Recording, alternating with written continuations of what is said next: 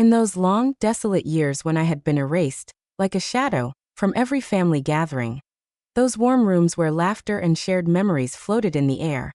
I remained in the cold solitude of being uninvited, to holidays and celebrations alike. 10 full years passed before the relatives whose faces now seemed to me like distant ghosts from another life, suddenly materialized on the doorstep of my new, grand home. A place where every room breathed the luxury and peace I had earned with my own relentless work. I opened the door with the calm that comes from deep inner balance, speaking to them in a steady, assured voice that betrayed none of the storm raging inside me. In that instant, their faces, usually so self-assured, so unyielding, turned pale, as if struck by a sudden frost. Their eyes widened, a flicker of guilt or fear mingling with surprise at what they now saw in me. Picture the absurd, almost tragic scene. 10 years of complete, merciless exclusion from the family circle, of being avoided as though I were invisible, or worse, a disgrace best hidden from the world. And then these same people, wearing their practiced masks of propriety, suddenly appearing on your doorstep. Not with a bouquet of apologies, not with open arms full of remorse and warmth, but with the brazen expectation that you, the one they had cast out and forgotten, would now rush to rescue them from some trouble of their own making. As if your life's sole purpose had been to serve their needs in moments of crisis. Such shamelessness, audacious, almost comical in its absurdity, nearly made me laugh out loud, shattering the silence with that unexpected sound. Or else break down in tears from the years of pain and bitterness still burning in my chest. Even now, when I recall that moment, I cannot say which feeling was stronger, for they were knotted together into a single, tangled web of contradictions and unspoken words. My name is Miranda, and on that fateful day, I was 38 years old. I was standing in my kitchen, custom designed so that every detail, from the dark walnut cabinets to the glittering crystal pendants above the island, reflected my taste and my triumph over the past. The marble countertop, smooth and cool like the surface of a frozen lake under the winter sun, soothed my fingers as they drifted across it in thought. Then suddenly the melodic, insistent chime of the doorbell echoed through the wide halls of my home. I was expecting no one in that quiet post-afternoon hour, when sunlight streamed gently through the tall windows, bathing everything in a golden glow. My heart, usually so steady, began to pound in my chest with an old, long-forgotten anxiety, freezing me in place. Gathering myself, I glanced at my phone's security camera feed, and was greeted with a sight dripping with irony and drama. There they were, my family. The very people who had, for 10 long years, made a point of ignoring me at every gathering, from Christmas dinners to summer picnics, where my name was never even spoken. Now they stood on my porch like lost travelers in a foreign land, their faces marked with uncertainty, perhaps even desperation. My 6-bedroom estate in the prestigious Westlake Estates, with its manicured gardens and grand entrance columns, clearly did not fit the black sheep image they had painted for me. They had likely expected to find me in some modest apartment, or perhaps in need. But instead of flaring up in anger, the kind that could have blazed bright from years of accumulated grievances and injustices, I was overtaken by a strange, almost eerie calm, like a cool mist settling over my soul, quieting every storm.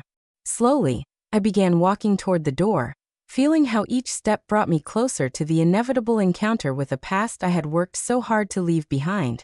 I grew up in an ordinary but cozy neighborhood on the south side of Chicago, where the streets were paved with the stories of everyday people, and the air was rich with the aroma of sizzling meat from street grills and the distant rumble of passing trains. It took me years to understand how deeply that childhood shaped me, making me resilient against life's blows and attuned to beauty in the everyday. Our 2-story brick house, with its stubborn, squeaky gate that my father repaired every spring, was no fairy tale palace. Yet my parents, Jeffrey and Tina Wilson, turned it into a true castle for me during those carefree years. Years filled with love and simple pleasures. My father, a regional manager at a home improvement company, often brought home fabric and paint samples, while my mother, balancing her job as an accountant with raising 4 children, created an atmosphere of warmth and stability in spite of life's small hardships. I was the second eldest among my siblings, between Marcus, the undisputed family favorite whose achievements always shone brightest, Alicia, who had a gift for staying invisible, like a shadow on a sunny day, and Jordan, the youngest, who could slip out of any trouble with the skill of a magician, inspiring equal parts admiration and exasperation. At first, we seemed like an entirely ordinary family, one of thousands in that big city with its rhythms and contrasts. On Sundays, we would gather for dinner at Grandma Eleanor's sprawling colonial house on the other side of town, where the whole extended family became one noisy, living organism, full of the sense of home cooking and the echo of overlapping conversations. The adults sat in the living room, furnished with antiques and steeped in the smell of fresh brewed coffee and cigars, while we children would usually retreat to the basement or the backyard, where freedom felt endless, building pillow forts or chasing fireflies in the dusk. Grandma Eleanor was like a queen in her realm, with her regal posture and wise eyes that seemed to see through everything. Beside her was always Aunt Patricia, my father's older sister, who moved through the house with a sharp, penetrating gaze, noting each family member's successes, and far more often their failures, as though keeping strict accounts in an invisible ledger of fates. Her husband, Uncle Robert, merely nodded along to everything, looking bored and detached, as if his mind wandered far from these family rituals. Their twin daughters, Ashley and Bethany, were my age but always had the newest clothes and toys, markers of their privileged status that stirred in me a light envy tinged with curiosity. And then there was Aunt Margaret, my father's younger sister, who constantly compared her 3 sons to one another and to us, cultivating a toxic competition no one entered willingly. She sowed seeds of discord and insecurity in young hearts, turning innocent games into a battleground for approval. I realized how much my family valued appearances and conformity when I was about 9 years old. That summer of endless sunny days and the scent of freshly cut grass. The summer I began to draw, discovering a world of lines and colors that felt like magic in my hands.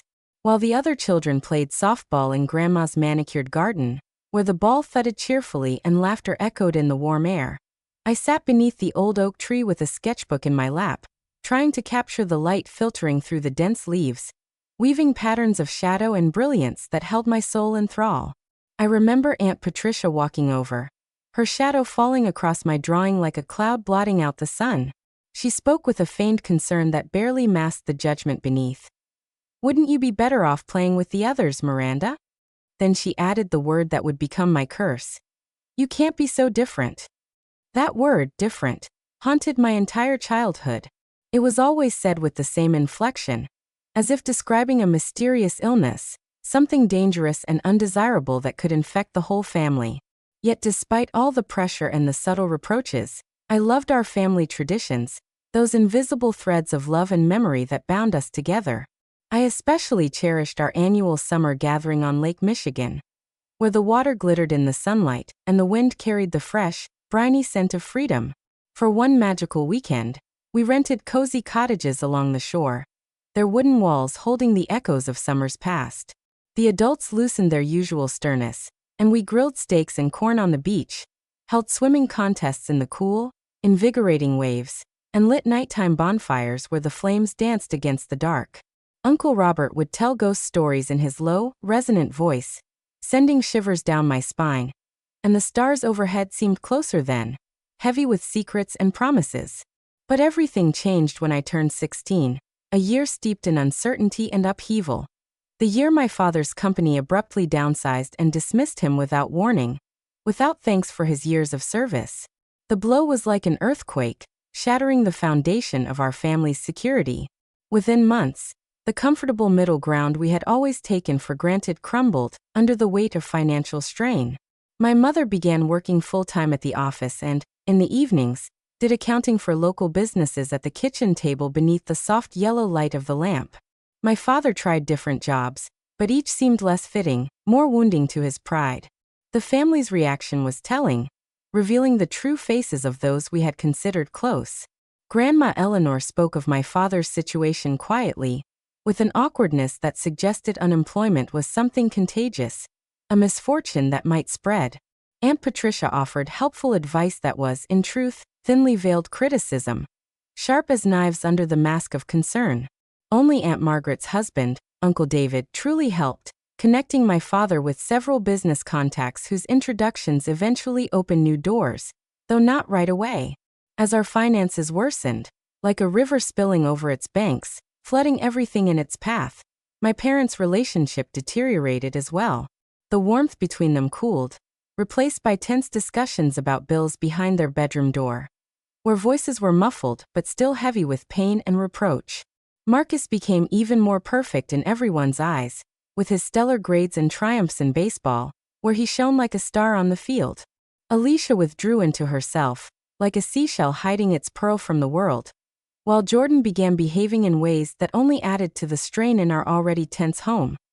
His small mischiefs and rebellious streak further thickening the atmosphere.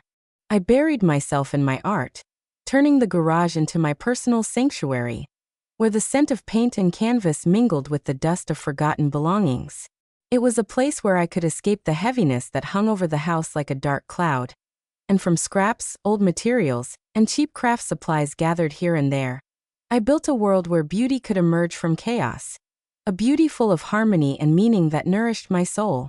My parents regarded my passion with a mix of incomprehension and tolerance, seeing it as a hobby I would eventually abandon when the time came for serious things and adult responsibilities, when dreams must give way to pragmatism. By my senior year of high school, our family had adjusted to a new life of compromises and modest means. My father had taken a job managing a hardware store, his days filled with the routine of orders and inventory counts. It didn't restore the comfort or security we once had, but money no longer vanished as quickly, giving us some breathing room.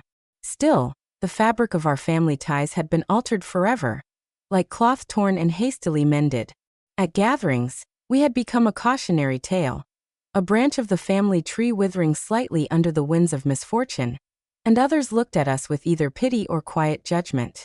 I remember my graduation party at Grandma Eleanor's house, the place aglow with lights, tables laden with food, when I announced that I wanted to study art.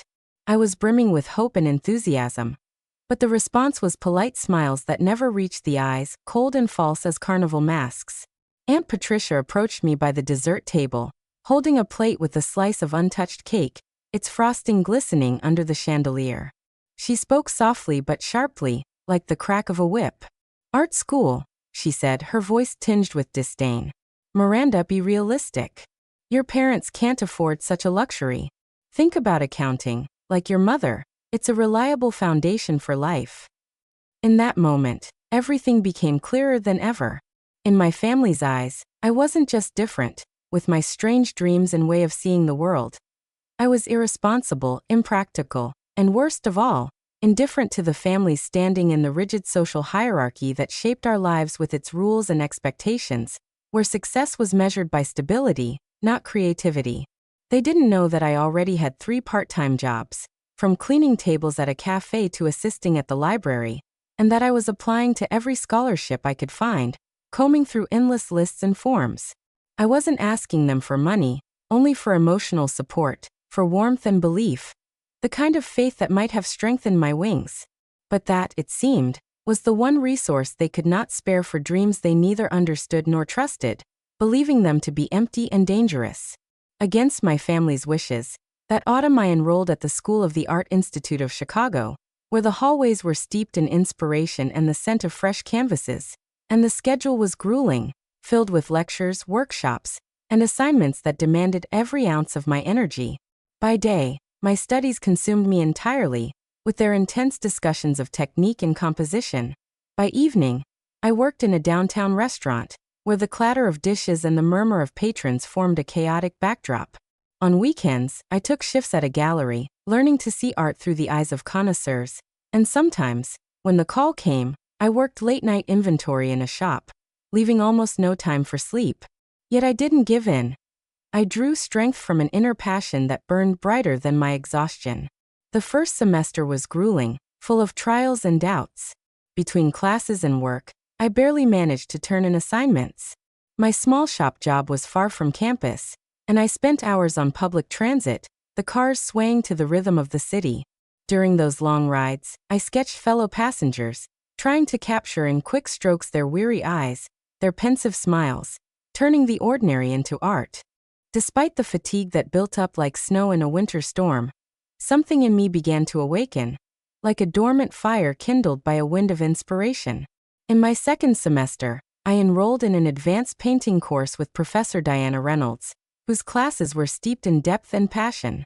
Unlike other instructors who seemed oblivious to the struggles hidden behind my smile, she noticed me from the very first glance, seeing something unusual in my work. One afternoon, after class had emptied and the air still vibrated with the echoes of discussion, she asked to see the pieces I had created not for assignments but for myself, in those rare moments of peace. "You have a unique eye," she said, studying a piece I had made from scraps gathered at the store, bits of fabric, old buttons, paint, her interest touching something deep within me. "Your work is about transformation. You take what others overlook and reveal its beauty in a new light, full of hidden harmony." For the first time, someone saw meaning in what I created. Not judging, but admiring. Diana became my mentor, guiding me through hours of conversation and advice, introducing me to people in Chicago's art world, where galleries glowed with light and possibility. At her urging, I submitted my work to a student exhibition. My pieces hung among the rest, filled with my soul, and to my astonishment, like a lightning flash in a dark sky, the owner of a small boutique gallery bought one for $300, a sum that felt enormous to me, a symbol of my first true recognition. When I shared the news at home, in our modest kitchen where my mother was cooking dinner with a tired expression, she responded with a cool restraint that seemed to hide either disappointment or fear. "That's good," she said simply, "but don't forget about reality." Her words hung in the air like the smoke from a dying fire, leaving me alone with my victory. "That's good, dear, but don't expect to make a living from it," my mother said with the cold practicality that always tinged her words whenever the subject was my dreams. Her voice over the phone carried the same cautious tone I remembered from childhood, the one she used when warning me about the risks hidden behind life's bright colors. In that moment, I felt the joy of my first art sale flicker and fade, like a candle snuffed out by a sudden draft, leaving only the faint smoke of disappointment drifting through the air of our conversation. My father didn't even come to the phone, as if my news was too insignificant to pull him away from his evening newspaper or the steady hum of the television. A world of predictable outcomes and safe headlines.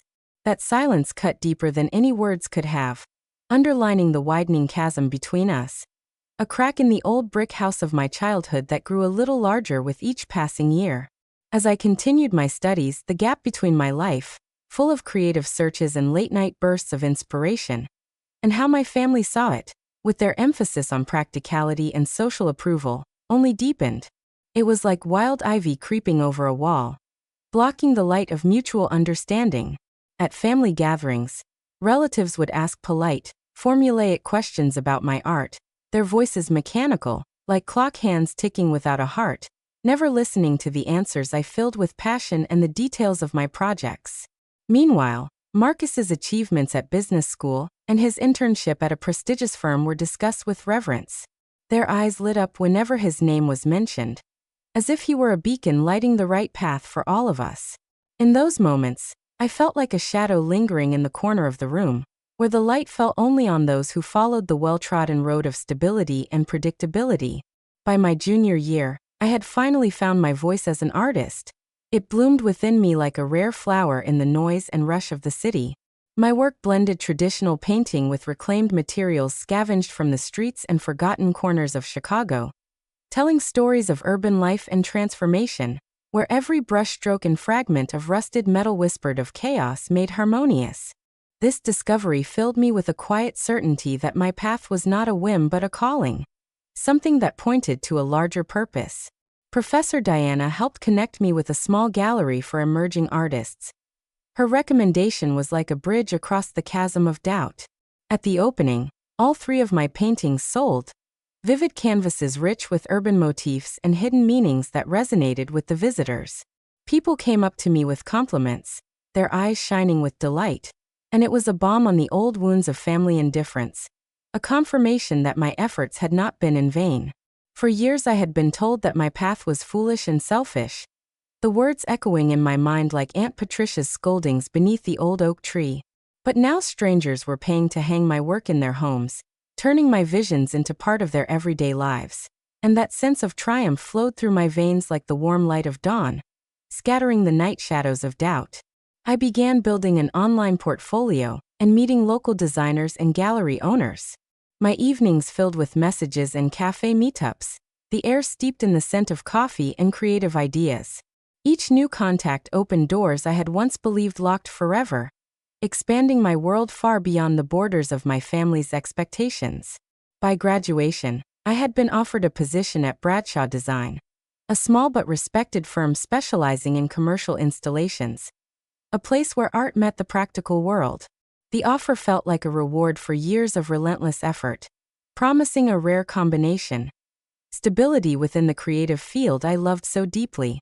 I called my parents with the news, hoping they would finally see that my path had meaning, that it was a real job, one that could bring not only joy but also a livelihood. My voice carried a tremor of anticipation, like a child seeking praise for her first drawing. A real job, my mother said, relief warming her tone like a sunbeam breaking through clouds. That's wonderful, Miranda. In that moment, I felt a spark of hope that perhaps the bridge between us could be rebuilt. And what's the salary? How much? My father asked immediately, his voice sharp as always when the subject was money. The question hung in the air, a reminder of their perpetual preoccupation with practicality, an instinct that always seemed to eclipse any creative victory. When I told him, he was silent. The pause was heavy as a leaden storm cloud. I knew it was a starting salary in the creative field, far from the financial security they had envisioned, their dream of a stable income and predictable future. That Christmas, everything cracked, as if thin ice beneath my feet had given way. The family gathered, as always, at Grandma Eleanor's house. It was decorated as meticulously as every year, garlands glowing in the firelight, the scent of fresh pine wrapping the rooms in the warmth of memory. But beneath the idol, a tension simmered, ready to spill over. I had brought as a gift professionally printed samples of my work, hoping to share my accomplishments. The glossy pages displayed my installations, where art transformed and animated the spaces it inhabited. I imagined them finally seeing the value in what I created. As relatives flipped through the portfolio, their reactions ranged from polite incomprehension, nods and empty smiles, to thinly veiled disdain, revealed in raised brows and quick sidelong glances, as though my creations were something exotic and out of place in their world. When Grandma Eleanor finally looked at my portfolio, her reaction stung. She turned the pages with the same dismissive air she used when waving away unwanted advice. "I suppose it's interesting," she said, barely glancing at the images before setting them aside, her voice dry as autumn leaves underfoot. Then she looked directly at me and added, "When are you going to start taking life seriously, Miranda? Everyone else has chosen a responsible path. Even Alicia's in medical school now." Her words struck like a lash of cold wind, underscoring my distance from the family's idea of normalcy. The room fell silent, thick and uneasy like fog over Lake Michigan at dawn. My face burned with humiliation as I realized every eye was on me, full of expectation, as though I were an actress in a play they had written without my consent. "My career is serious," I replied, forcing my voice to remain steady despite the lump in my throat. "I've sold several pieces and landed a job in my field right after college." My words hung in the air, charged with determination, only to meet with skepticism. "Drawing pictures for money isn't a career," Grandma declared, her tone final like a verdict. "It's a hobby, something someone enjoys for now." And in her eyes, I saw the reflection of all their fears about instability. Aunt Patricia nodded in agreement, her face a mask of concern, and added, "You're almost 23, Miranda. It's time to think about stability and family. This bohemian life needs to end." Her words echoed through the room, amplifying the pressure I had felt for years. What followed was our first true family-wide argument, with me defending my choices fiercely, explaining every step of my career, while they attacked my lifestyle, my income, even my apartment in a questionable neighborhood. Their voices tangled together in a storm of reproach, raging in the warmth of the living room. What hurt most was my parents' silence. They neither defended me nor joined the attack, just sat uncomfortably, unwilling to take a side, their eyes sliding away as if they were spectators in a conflict they could not resolve. That evening I left early. Tears chilled on my cheeks in the December air as I waited for the bus at an empty stop, the wind whispering of loneliness, each snowflake a reminder of the fragile bonds of family. The next week, my sister Alicia called. Her voice was hesitant, like footsteps on thin ice. "We're planning the summer gathering," she said. "But Grandma Eleanor thinks maybe it would be better if you skipped it this year. Give everyone time to cool down." The words struck like sudden thunder. The thought of being left out felt like a blow. The lakeside gathering had been part of my life for as long as I could remember. Even in hard financial years, the family had kept it alive. A sacred tradition binding generations together. "And what do Mom and Dad say?" I asked, already knowing the answer but still hoping for a miracle. My voice trembled with a mix of anger and pain. "They think it would be for the best," Alicia replied softly, her words gentle but final, like a door closing. I tried to change their minds 3 times in the months that followed, calling my parents with pleas and explanations, writing long letters to Grandma Eleanor full of childhood memories, even speaking to Marcus, hoping his golden child status might help. But every attempt met with the same soft yet immovable refusal, like a wall that could not be breached. The message was clear: be like everyone else or be excluded. It hung in the air like an invisible barrier, defining my place in the family's story. That summer, while they relaxed at the lake without me, enjoying barbecues and night bonfires that had once been my paradise, I worked overtime at Bradshaw Design, throwing myself into projects with double the energy. With the money I earned, I took a weekend art course in Michigan, where the waves whispered of new beginnings. It wasn't the same, but I told myself it was a step toward building my own traditions, ones rooted in independence and self-realization. I didn't know then that this first exclusion would stretch into 10 years, making my ties to the family looser with each passing season. A family that had once been my entire world, but now felt like a distant continent separated by an ocean of misunderstanding. 2 years into my work at Bradshaw Design, I was offered a junior designer position at Lexington Creative in New York. The salary was only slightly higher than in Chicago, but the potential for growth and connections made refusal impossible. The offer felt like a call of destiny, luring me into the whirlwind of the big city. The move to New York was exhilarating and terrifying in equal measure. The city's energy matched my creative ambitions, with its neon lights and endless flow of ideas. But life was expensive. Every dollar counted like a precious stone. My first apartment was a 5th-floor walk-up in Queens, shared with 2 other creative souls I'd met on a professional forum where artists traded stories of struggle and triumph. My room was barely larger than a mattress, but the living room had perfect north light, soft and steady, ideal for painting. The first months tested every ounce of my resolve.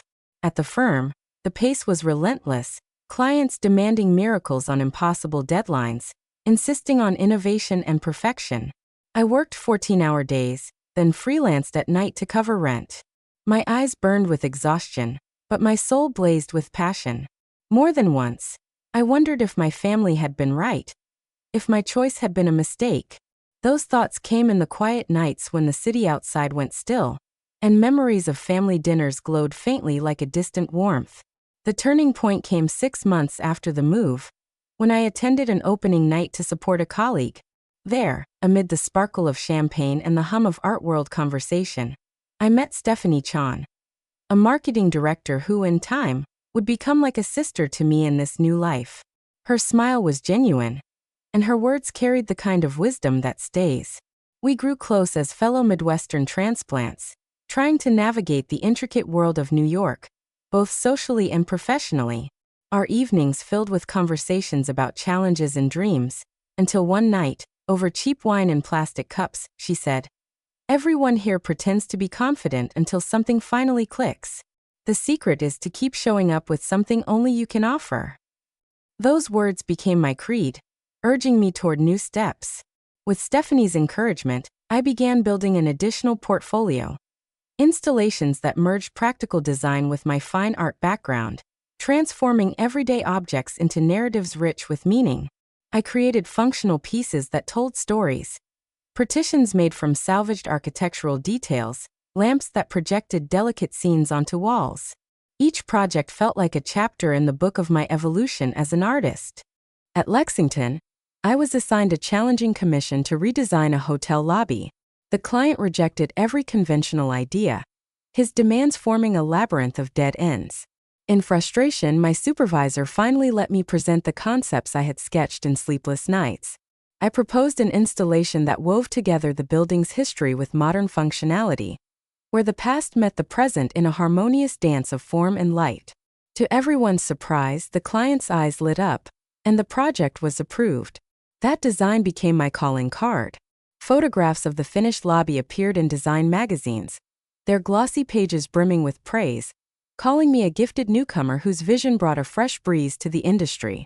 18 months after moving to New York, I was promoted to senior designer, leading a small team with enthusiasm, passing on the fire of my passion.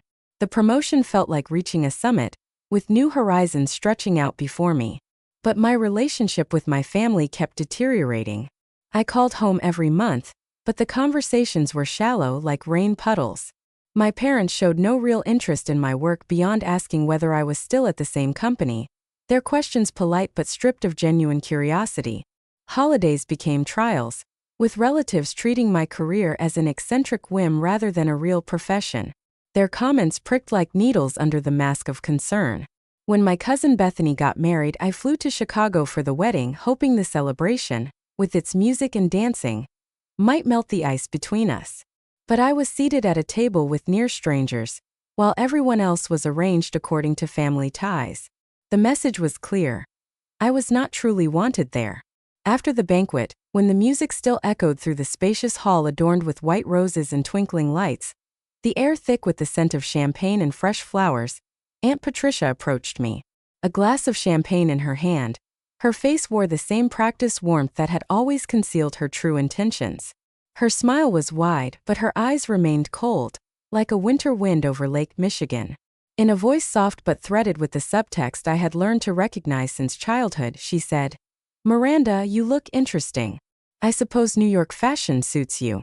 And in those words was the same criticism as ever, the suggestion that my style was too extravagant for their conservative world, where everything had to be predictable and proper.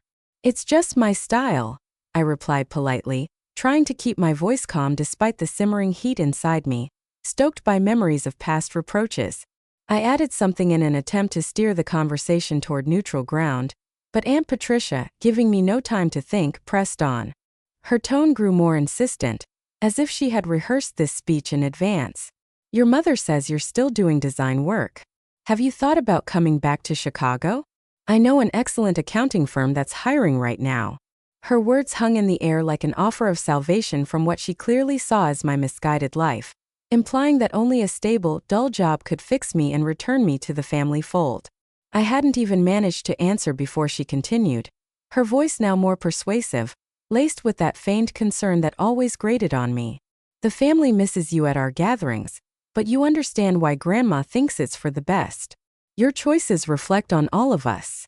In that moment, I felt an old wound tear open again. Her words made it clear that my independence was seen as a burden to the entire clan, as if my successes in New York were nothing more than a selfish act disrupting their harmony. I left the wedding earlier than planned, walking away from the laughter and toasts that now seemed hollow. I extended my hotel stay instead of staying with my parents as I'd intended, choosing solitude in an unfamiliar room overlooking the night skyline of Chicago. The city lights glittered like distant stars, a reminder of my own life, full of brightness and shadow. The next morning, I called my parents and said I needed to return to New York for work. My voice was steady, but inside emotions raged. In my mother's voice, I heard relief. Her words were brief, tinged with the same careful distance as always. "All right, darling. Have a safe flight." That farewell lingered in the air, underlining our growing estrangement.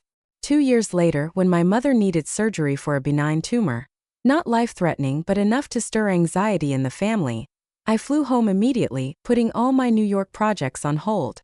I arrived at the hospital with a bouquet of her favorite lilies and a stack of design and travel magazines, hoping to bring a little comfort into the sterile world of white walls and antiseptic smells. But relatives were already there. Their surprise at seeing me was written plainly on their faces, a mixture of astonishment and awkwardness, as though my presence had disrupted some private ritual. "We didn't think you'd come," Aunt Margaret said bluntly, her tone sharp as always whenever she felt her position in the family was threatened. Her words struck me, confirming just how much of an outsider I had become in their world. "She's my mother," I replied, trying not to reveal the storm inside. My voice remained calm, though my hands trembled slightly as I clutched the flowers. Grandmother Eleanor, now stricter but still as commanding as ever, her silver hair in a neat bun, her eyes seeing straight through people, looked me up and down and said, "Well, you're here, but maybe wait until the immediate family has their time with her." Her words were like a verdict, excluding me from the circle of closeness despite the years we'd shared. "I am the immediate family," I insisted, my voice gaining strength and resolve, though inside I was shrinking under the weight of betrayal. Aunt Patricia took my hand and led me toward the corridor. Her touch was cold, matching her words. "Miranda, don't make a scene. Your lifestyle is hard on your parents. Right now your mother needs support and peace, not tension." And there I stood in the hospital hallway, surrounded by the hum of voices and the faint smell of coffee from the vending machine, realizing that no professional achievement would ever win me back a place in this family. In their story, I would forever remain the selfish one who chose personal happiness over family duty. The realization hit hard, but it also felt like freedom. Once I was sure my mother was recovering, her cheeks regaining color, her voice growing stronger, I returned to New York, throwing myself fully into my career, and into building a life that didn't depend on the approval of those who couldn't see my worth. My days became filled with projects, meetings, and creativity, where each brushstroke and idea brought a satisfaction family ties had never given me. Over the next few years, I built a reputation strong enough to open my own design studio. Miranda Wilson Designs started modestly, just me and an assistant working in a converted Brooklyn warehouse, the air thick with the smell of fresh paint and dust from old beams.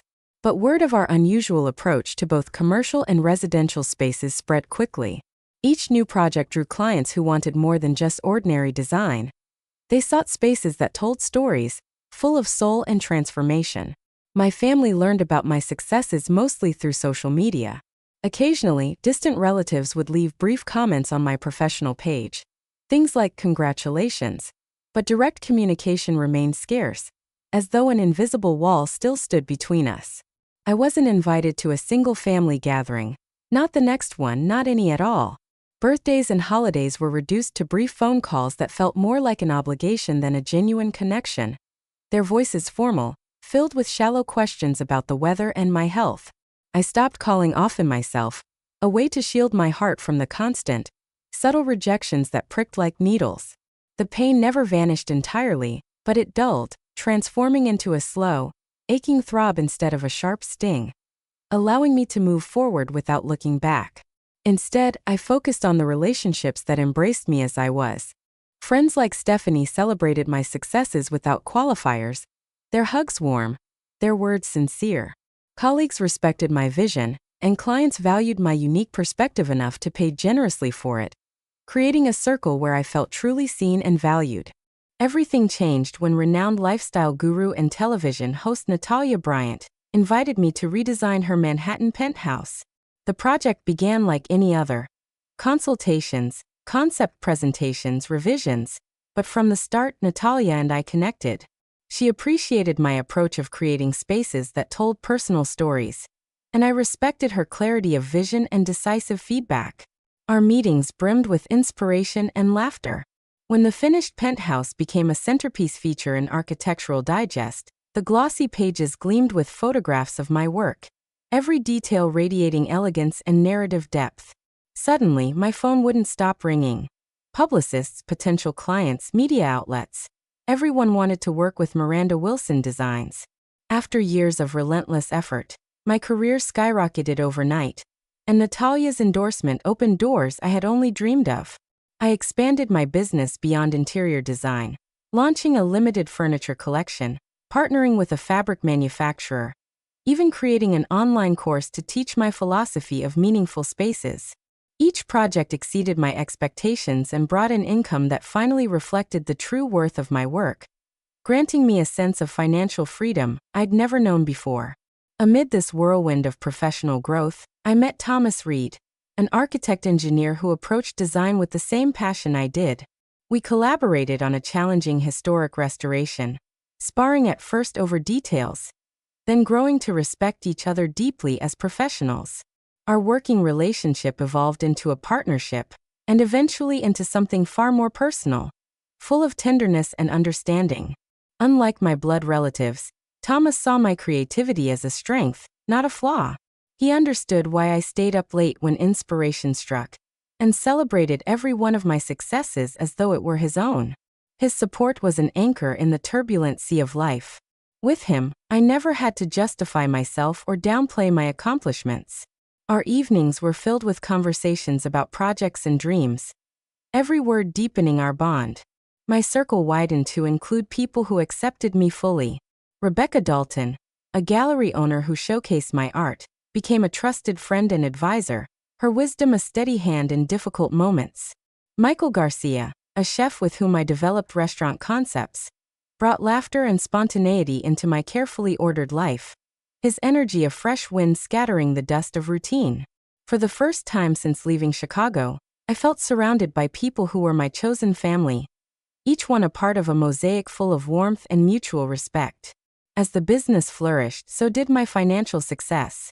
The girl who once counted pennies for art supplies now ran a 7-figure company with 15 employees.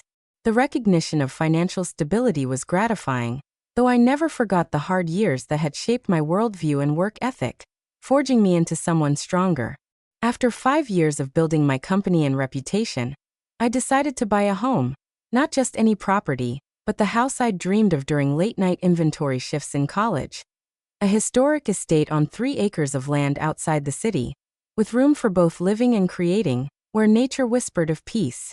The house needed extensive renovation, and it became my most personal project. Every decision reflected my journey. The materials symbolizing transformation, the open spaces freedom, and the bespoke details a tribute to craftsmanship. Months of work turned the ruins into a masterpiece. I designed a professional kitchen where Thomas and I could cook for friends, a gallery wall for the artwork of painters I'd met over the years, and most importantly, a dedicated studio with perfect natural light that poured inspiration into the space. When the renovation was finished, my home became more than a place to live. It was a living reflection of everything I had built, against all odds. With 6 bedrooms, each with its own character and en-suite bath, there was plenty of room to host friends and colleagues. The formal dining room could seat 20, and the landscaped gardens boasted a patio for summer gatherings under strings of lights. When I invited friends to my new home for the first time, I was struck by the stark contrast with family gatherings. There was no hierarchy, no judgment, only genuine connection and joy. The air was filled with laughter and the aromas of shared dishes. Stephanie brought her signature cocktails, Rebecca took charge of the music, and Michael commandeered my kitchen to prepare an unforgettable dinner. All evening, Thomas kept watching me, his face lit with understanding. He quietly squeezed my hand as we looked out at our friends laughing on the patio. "This," he said, "is what family is." I nodded, unable to speak past the lump in my throat. He was right. This was family, chosen, accepting, real, full of the love I had been searching for all my life. As my business thrived, I became increasingly visible in design circles and on social media. On my company's Instagram account, I shared new projects, behind-the-scenes glimpses, and occasional snapshots of life in the restored estate. It wasn't about showing off. It was about documenting the journey and connecting with other designers, encouraging them to be bold. One evening, scrolling through my notifications, I noticed something unexpected. My cousin Ashley had followed my business account several months earlier. She had even liked a few posts, including a photo of my home, where sunlight danced across the polished kitchen surfaces and gardens bursting with roses and lavender.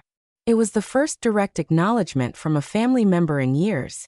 Just a small digital gesture, but it stirred something deep inside me, like a faint breeze slipping through a crack in a long-locked door, reminding me of days when family ties felt unbreakable, like the roots of the old oak in my grandmother's garden. A week later, a short message from her lit up my phone one quiet evening while I sat in my studio, surrounded by sketches and the scent of fresh paint. "Your work is beautiful, Miranda. The house looks amazing."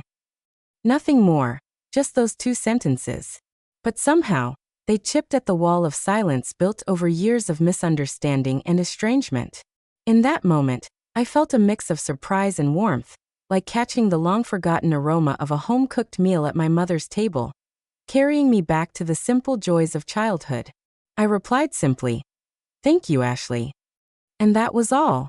But that small exchange became the first crack in a wall of family distance that had felt impenetrable for 10 years.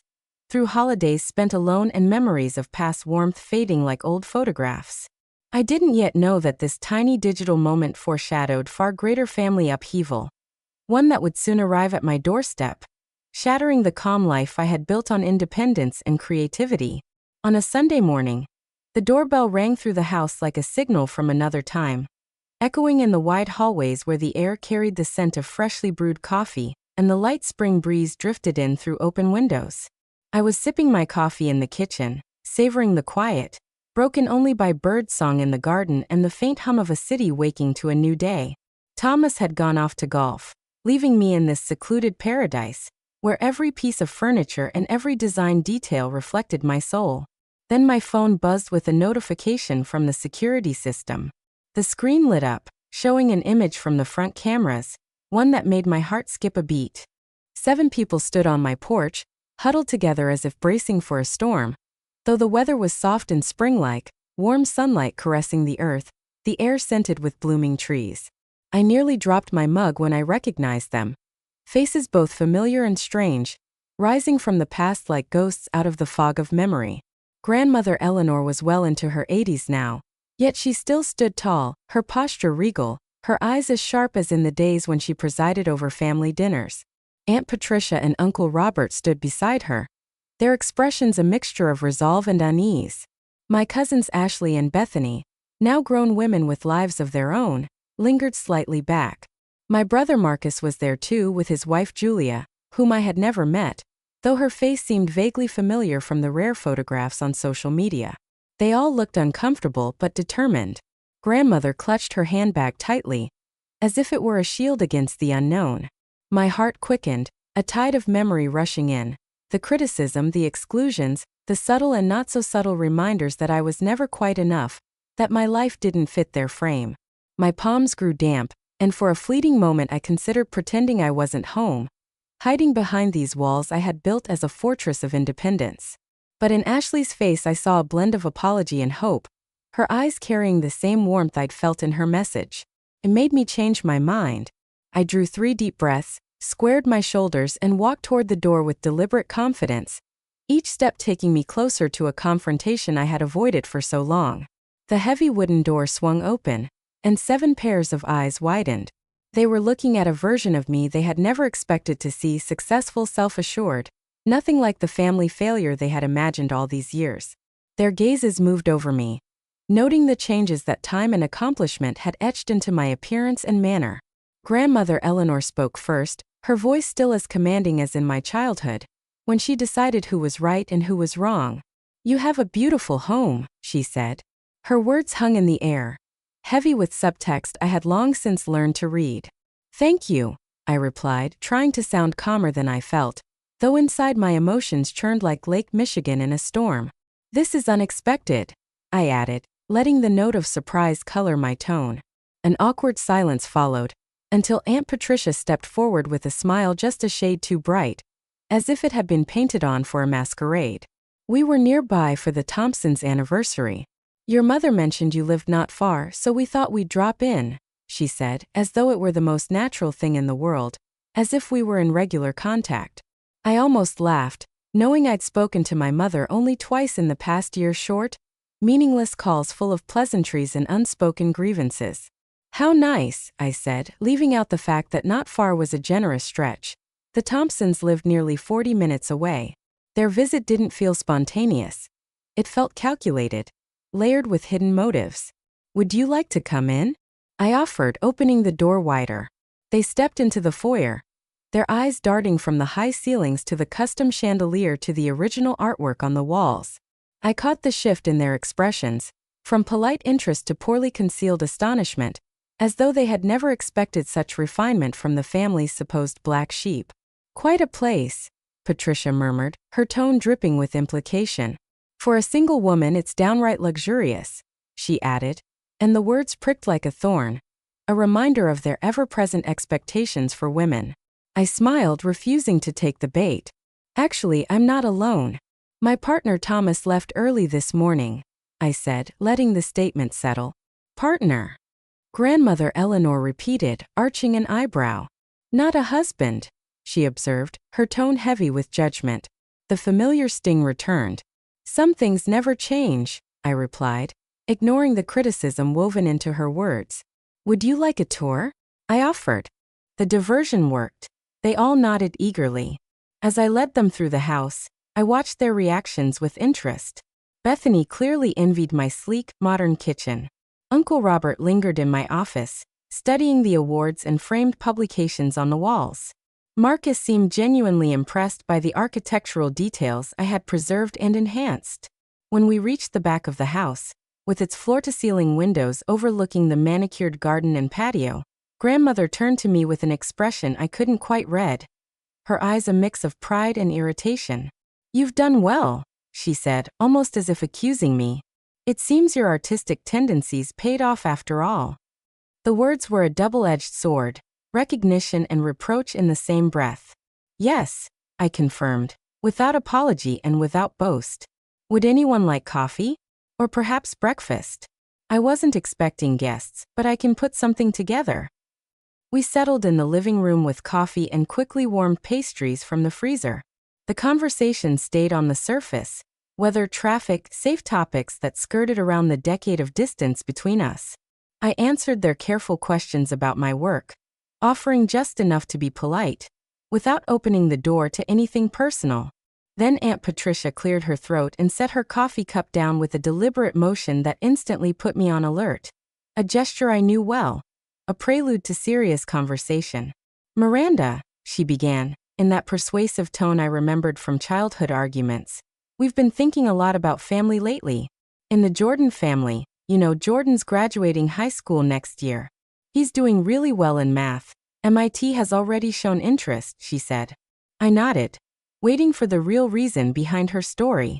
College is so expensive now, she went on, her voice softening but thick with implication. Of course your parents have been saving, but with your father's early retirement and your mother's reduced hours, the funds have been running low.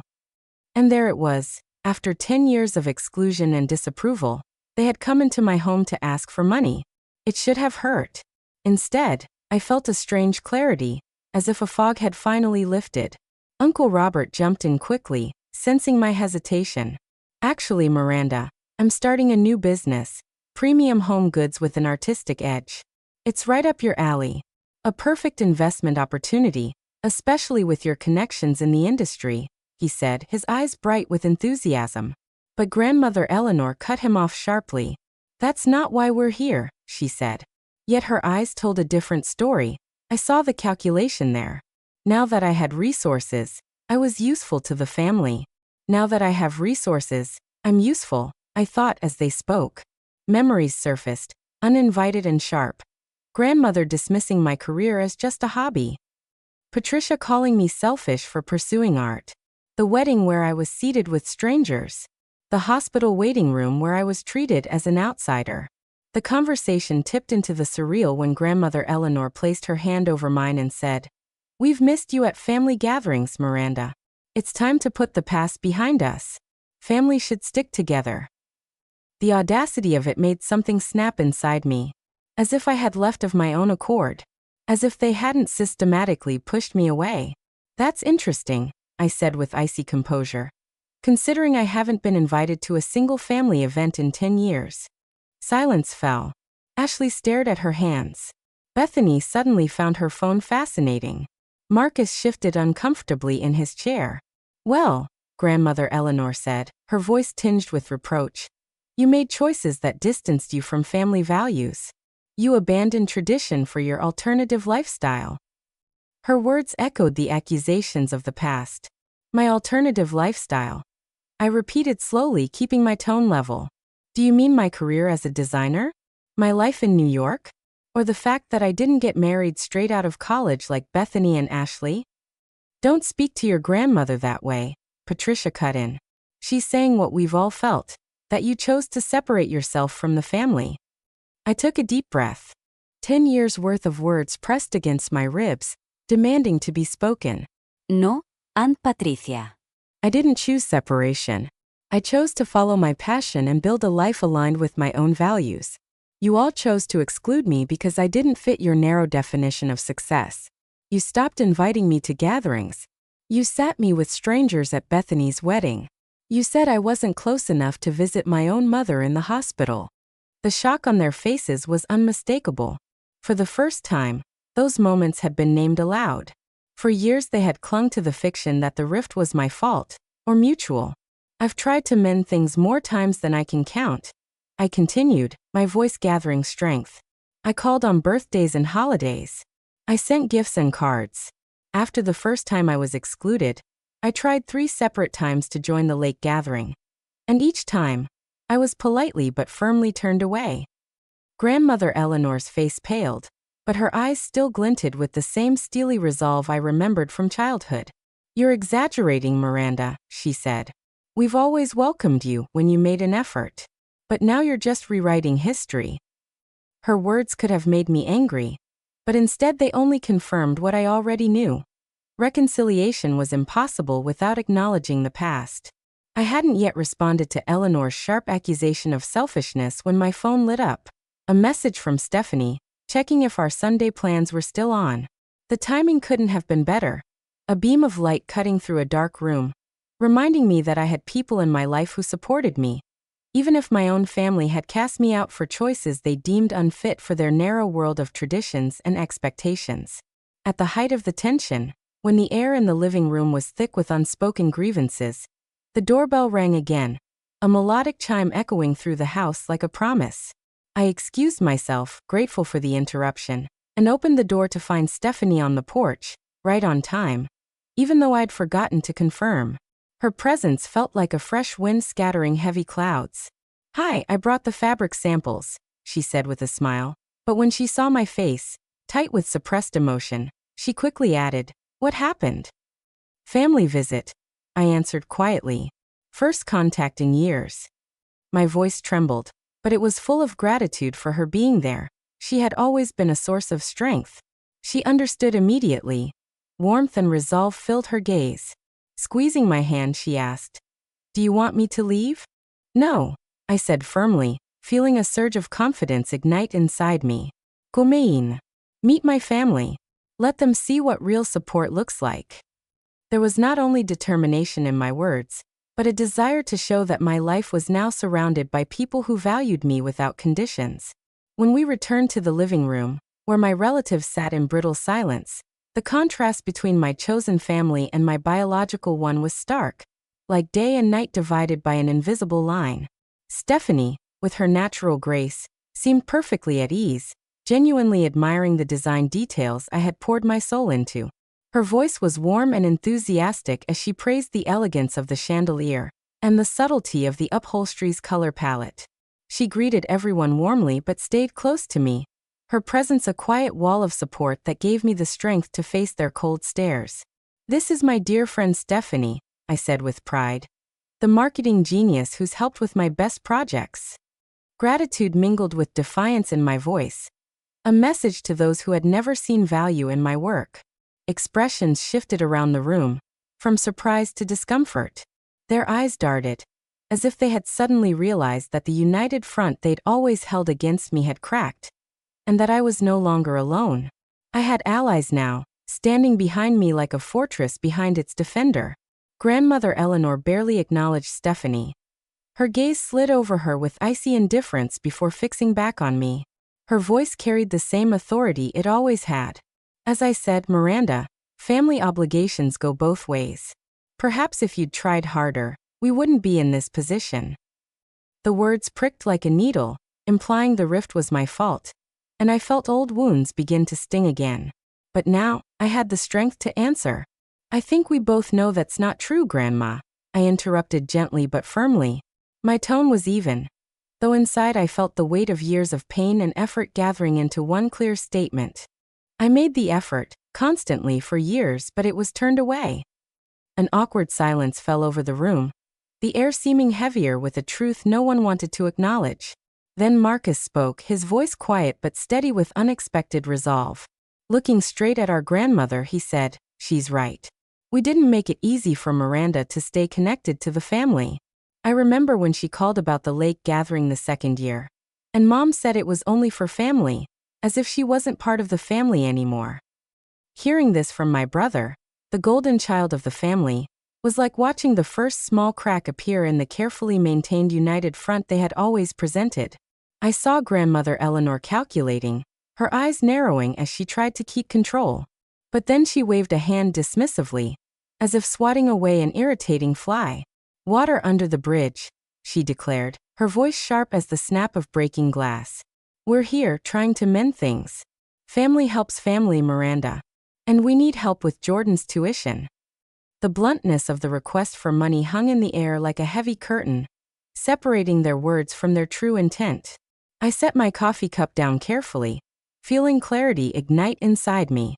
"I understand that family helps family, Grandma, but that requires an actual family relationship, not appearances when it's convenient or profitable." My words were calm, but as solid as the marble columns in my home. I saw faces tighten in surprise. "What are you trying to say?" Aunt Patricia demanded, her face flushed, her voice trembling with barely contained anger, as though I had broken some unwritten family code. "I'm saying relationships require investment, trust, and mutual respect. None of that has existed for the past 10 years. You can't just pretend nothing happened because now I'm useful to you," I replied, my words cutting the air like a blade, exposing the truth they preferred to ignore. Uncle Robert cleared his throat awkwardly, clearly trying to diffuse the tension. "No one's pretending anything, Miranda. We're extending an olive branch," he said, but his tone had the hollow ring of a rehearsed line. "An olive branch," I repeated. "With financial terms attached? That's not reconciliation. That's a business transaction." Silence fell again. My words hung there like an echo no one could refute. Then Ashley, who had been quiet the entire time, finally spoke. Her voice was soft but sincere. "I'm sorry, Miranda," she said, meeting my eyes. "I should have reached out before. Not just with a message about your house, but for real. What happened wasn't right." Her simple apology, the first genuine one in a very long time, caught me off guard, touching something deep inside me I'd thought had long since hardened into stone. Ashley's apology sent a ripple through the room. Bethany stared down at her hands, fidgeting as if trying to find the right words. Marcus nodded slowly, as though convincing himself. Only Grandmother Eleanor, Aunt Patricia, and Uncle Robert stayed firmly in their defensive stances, their faces like masks concealing an unwillingness to acknowledge the truth.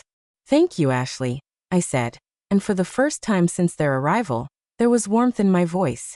The knot in my throat loosened slightly. "That means a great deal to me." At that moment, the tip of Grandmother Eleanor's cane tapped impatiently against the wooden floor, her irritation almost tangible.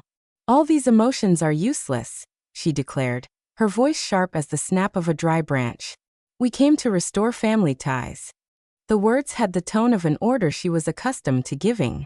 "No," I replied, feeling a surge of inner strength from the clarity my thoughts had taken over years of solitude and struggle. "You came because you learned I have resources that might be useful to the family. That is not the same thing as wanting to rebuild a relationship." I rose to my feet, more confident than I had been all morning. "Let me explain my boundaries. I'm open to reconnecting with those family members who truly want to reach out, who acknowledge past hurt, and want to move forward honestly. But I will not provide financial help or share my connections with those who excluded me for 10 years, and now see me only for my usefulness."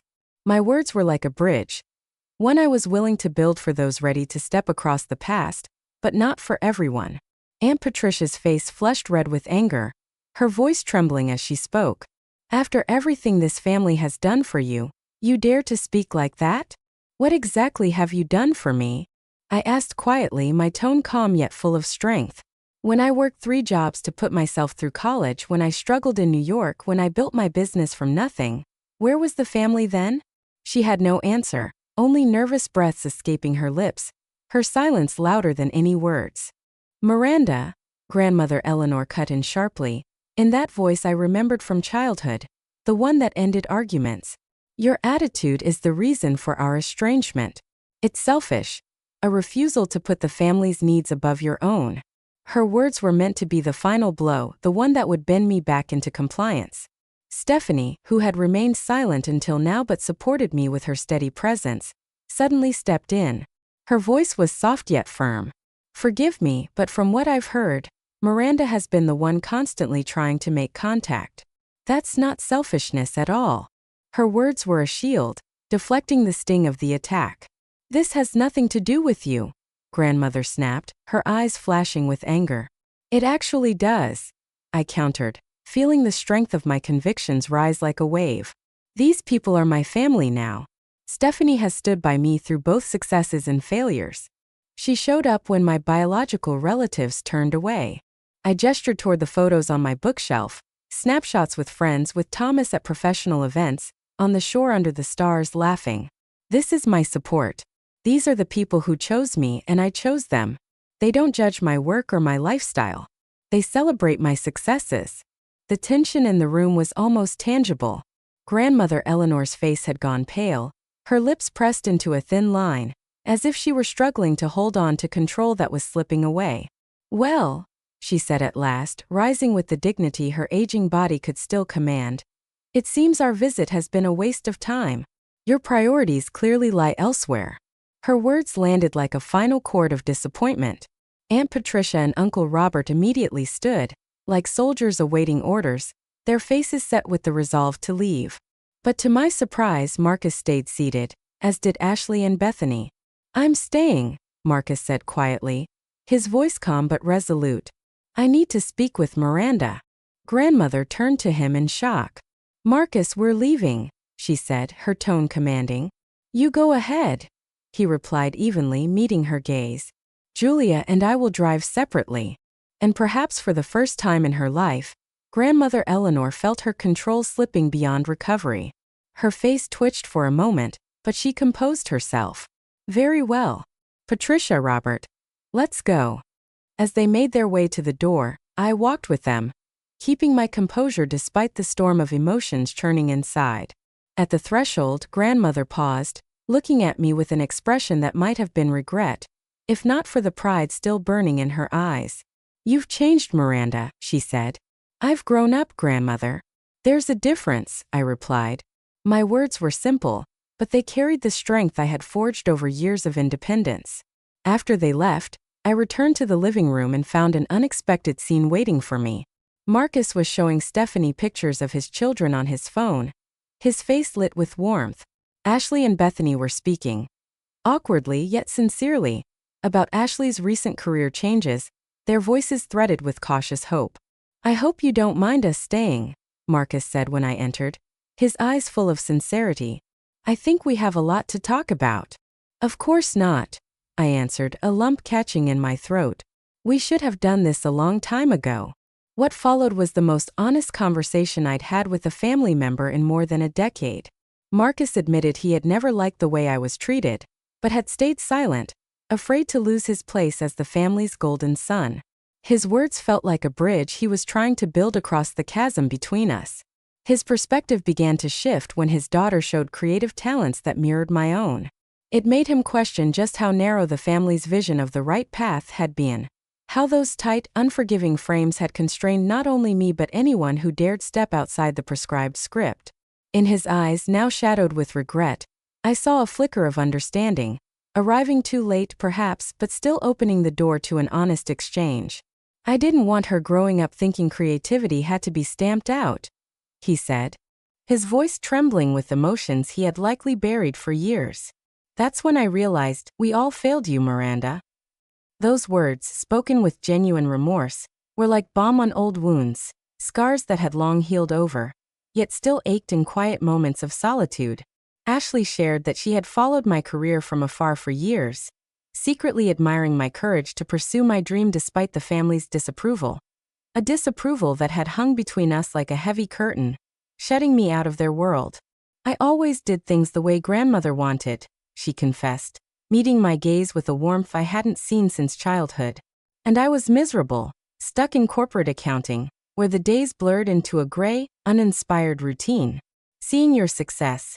Last year I finally switched to marketing.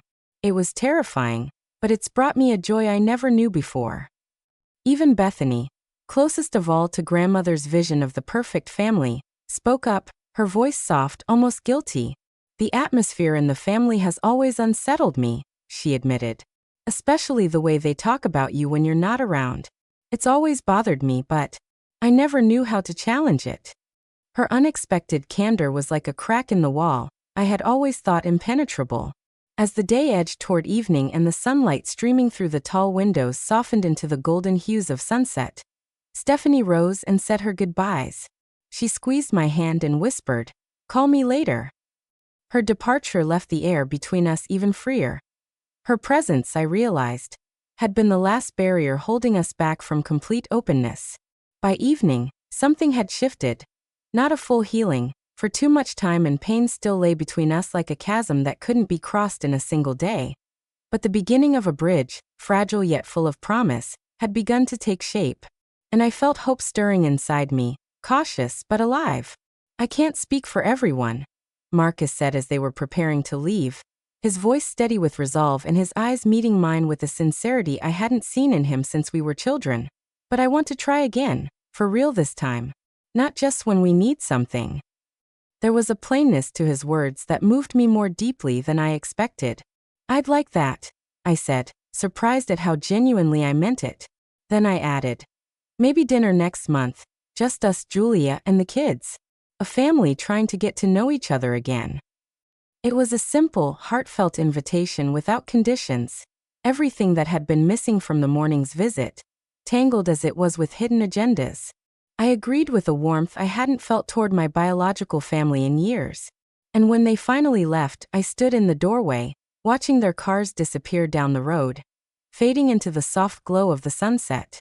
The house, which only hours before had been thick with tension, now felt calm, as though the space itself had been cleared of the old ghosts that had haunted me for so long. Thomas returned from golf to find me on the veranda, a glass of wine in hand, watching the sky ripple in shades of rose and gold. His voice, gentle and full of care, broke my thoughts. "How was your day?" he asked, kissing the top of my head, his touch an anchor, holding me in the present. "Unexpected," I replied, my voice calm but heavy with feeling. "My family came. All of them." As I told him how it went, I watched his expression shift, from worry to indignation, to a measured optimism that mirrored the storm I had weathered all day. When I finished, he took my hand in his fingers warm and steady. "You okay?" he asked. "Yes," I said, surprised to realize it was true. For the first time, I didn't need their approval or acceptance. I could see the situation for what it really was, and that clarity was freeing. "And what about Marcus and the others who stayed?" he asked, his eyes searching mine with quiet concern. I thought for a moment, watching the last golden light drain from the sky, leaving behind a blanket of stars. "We'll try," I said at last. Carefully, with boundaries. "But we'll try." There was hope in those words, tentative but steady, like the first steps on a new path. That evening, as Thomas and I prepared dinner in the same kitchen where tension had lingered only hours before, I felt myself reclaiming power in my family relationships. For years, I had tried to earn acceptance, making overtures that were dismissed or ignored. But now, the terms of any connection would be set by us, built on mutual respect and genuine connection, not obligation or advantage. My chosen family had always been my anchor, but perhaps it was time, in my own way, to start building bridges back to the past, with those willing to accept me as I had become, not as they once expected me to be. 6 months after my family's unexpected visit, I stood in the kitchen preparing appetizers for a small dinner. Much had changed in that time, yet those changes felt like a natural extension of the boundaries I had set on that Sunday morning. I could feel my life, like a mosaic, beginning to form a new pattern, where past and present found a fragile balance. As promised, Marcus began keeping in regular contact. Our first dinner, just him, Julia, and their children, was a little awkward but sincere and warm, filled with laughter and children's questions that reminded me of the simplicity we had long been missing in our family gatherings. His children, Emma and Lucas, were curious, asking many questions about my work and my old house. Their eyes lit up when I showed them sketches, and their delight felt like a fresh breeze, clearing the air of old resentments.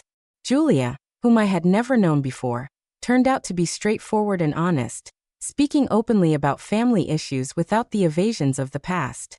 One evening, while we were cleaning up after dinner, she quietly said, "Marcus regrets not taking your side. He's carried that with him for years." Her words, full of sincerity, felt like a bridge spanning the years of silence between us. Monthly dinners with Marcus's family became a new tradition. Genuine, not obligatory. Sometimes we met at restaurants, where the city's hum mixed with our conversations. Sometimes at their home, where children's laughter warmed the rooms. Sometimes at mine, where my mansion became a stage for new memories. Each gathering felt more natural, as we got to know the adults we had become, rather than clinging to the frozen images of the children in our memories. Ashley also made regular attempts to reconnect. We started with coffee, where our talks were light as morning mist, and then moved to deeper conversations. She admitted she was growing tired of the narrow path our family had imposed, and I unexpectedly became a mentor to her, helping her think about changing careers. Her voice trembled when she said, "I've always envied your courage, even when I was afraid of Grandma's disapproval. I wanted to free myself the same way." Her words were like a mirror, reflecting my own years of struggle and triumph. Not all family ties could be restored. Grandma Eleanor remained steadfast, refusing reconciliation without the family's financial backing. Her letters arrived rarely, and were filled with the same authoritarian tone she had used that day. Aunt Patricia tried once to reach out, sending a curt letter suggesting we move forward, for the sake of the family. But when I replied with clear boundaries and a demand for mutual respect, she fell silent. A silence that confirmed some doors are better left closed. Surprisingly, my younger brother Jordan, whom I barely knew as an adult, reached out after Marcus told him about our conversation. At first, we exchanged short messages. Later, we talked over video calls, where I saw a thoughtful young man struggling with the same family expectations I had once faced. His eyes were full of doubt, but also determination. He was truly gifted in mathematics, yet his love for music was being stifled in favor of something more practical. In one late-night call, he said, "They talk about you as a warning, but from where I'm standing, your life looks amazing." I encouraged him, helped him apply to universities with strong programs in both mathematics and music, feeling as if my own story had become a lighthouse for him. When he received several offers, I offered to help with expenses, not out of family obligation, but because I wanted him to follow his true path. That decision felt like a gift to myself as well. Proof that I could give from the heart, not from guilt.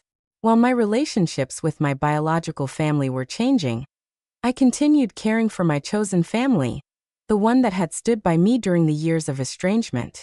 Thomas and I hosted monthly dinners, bringing together friends, colleagues, and now those relatives who had truly earned a place at our table. These gatherings were nothing like the family events of my childhood, which had been steeped in hierarchy and judgment. Here, conversations flowed freely. We discussed a variety of topics, celebrated successes without comparison or doubt, respected differences instead of condemning them. And most importantly, everyone was there because they wanted to be, creating a genuine connection that nourished the soul. One evening, as I looked around my table at the blend of chosen and biological family, Emma and Lucas's laughter mingling with Stephanie's witty remarks and Julia's warm stories, Stephanie suddenly raised her glass and gave a toast to Miranda, who taught us all that family is about love and respect, not just blood. Her words touched something deep within me, an acknowledgement of the journey that had taken me from rejection to a true sense of belonging. I felt tears well up in my eyes, but they were tears of joy, not pain. Later that night, after the last guest had gone, Thomas found me on the back patio, gazing at the stars shimmering in the velvet darkness. He wrapped his arms around me from behind, his warmth like a promise of eternal support. "What are you thinking about, Penny?" he asked, his voice soft as the night air. "About pain," I replied. "How it never truly disappears but simply changes shape." I fell silent, feeling his embrace tighten. "And how has yours changed?" he asked.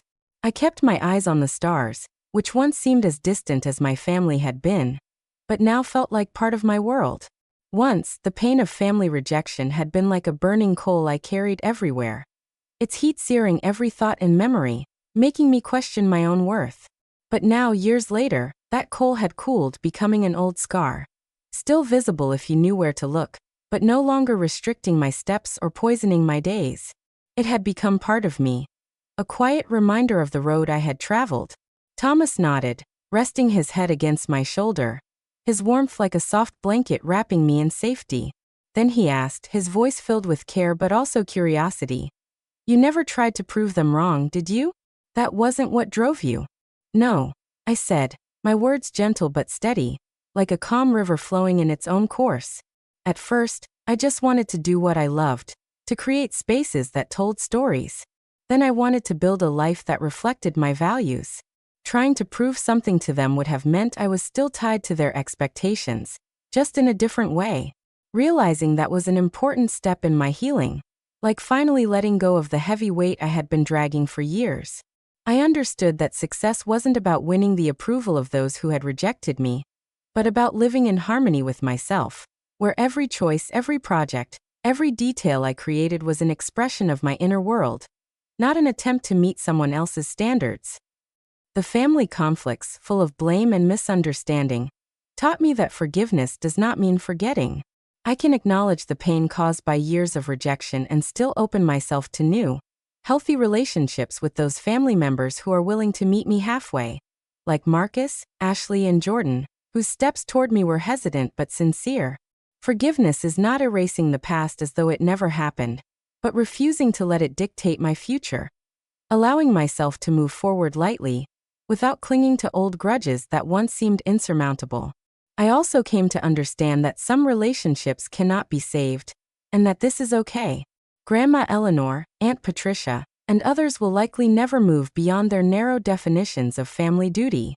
Their world was bound by strict rules, where love was measured by obedience rather than acceptance. Accepting this is not cynicism. It is self-care, the choice to surround myself with those who see my worth without conditions. Most importantly, family can be both biological and chosen. The people who gathered in my home didn't look alike, yet they were united by respect and genuine care. Whether it was Marcus with his family, Jordan with his dreams, or Stephanie, Rebecca, and Michael, who had been my companions in my darkest times. Together, they became my support system, my true community, where every voice was heard, and every heart was welcomed. A month later, I hosted the first holiday gathering in my home, carefully choosing the guests and inviting only those who respected my boundaries and truly wanted to connect. That evening, my mansion, with its high ceilings and warm light streaming from the windows, became the stage for a new beginning. Marcus arrived with his family. Their children, Emma and Lucas, ran joyfully through the garden, their laughter ringing like little bells. Jordan, freshly back from his first semester at university, glowed with pride as he talked about his success in mathematics and his first steps in the music program. Ashley came with a new boyfriend who looked at her with pure adoration, and Bethany, newly divorced but freer than I had ever seen her, mingled easily with Thomas, Stephanie, Rebecca, Michael, and other friends who had stood by me through the years. Their voices blended into a harmonious symphony of warmth and sincerity. The contrast with the rigid, hierarchical, and judgment-filled holiday gatherings of my childhood was striking. Those old celebrations had felt like cold rituals, where every move was calculated and every word weighed to avoid breaking the unspoken order. Here at my table there was freedom, laughter was genuine, and conversations were open. Gathered around the table I had designed and built myself, its polished surface reflecting the candlelight, I realized I had created something my family had never been able to. A true community built on acceptance, not submission. Every guest was here out of choice, not obligation. The pain of rejection had turned into the wisdom to build something better. Estrangement had given me the freedom to define family on my own terms, and judgment had taught me to cherish the acceptance I found in those who chose to stand by me. Standing at the head of that table, surrounded by faces glowing with warmth and joy, I felt a deep peace, like the gentle glow of sunset, soothing the soul after a long day. The journey from the family's black sheep to the confident creator of my own life had been long and often painful, filled with nights of self-doubt and days of fighting for every step forward. But as I looked at the faces of those who had chosen me, and whom I had chosen in return, I would not change a single step. Each one had led me to this moment, to this home, to this family. Life offers no guarantees about who will walk beside us. Those we expect to support us may leave, and strangers may become our most important companions, their presence bringing a light we never anticipated. The only certainty is the strength to remain true to ourselves and to build relationships that honor our authenticity, where every choice, every word, every glance affirms that we are worthy of love and respect. So what would I say to someone now enduring the sting of family rejection, as I once did, whose heart aches and whose soul longs for a place to belong? Probably this: your worth does not depend on those who fail to see it. Your path does not need universal approval to be real. And family, true family, is not about obligation, but about love, respect, and the courage to see each other as we truly are. And standing under the stars, surrounded by the warmth of my home, and the love of those who had become my family, I knew I had found exactly that. And that peace was my greatest triumph.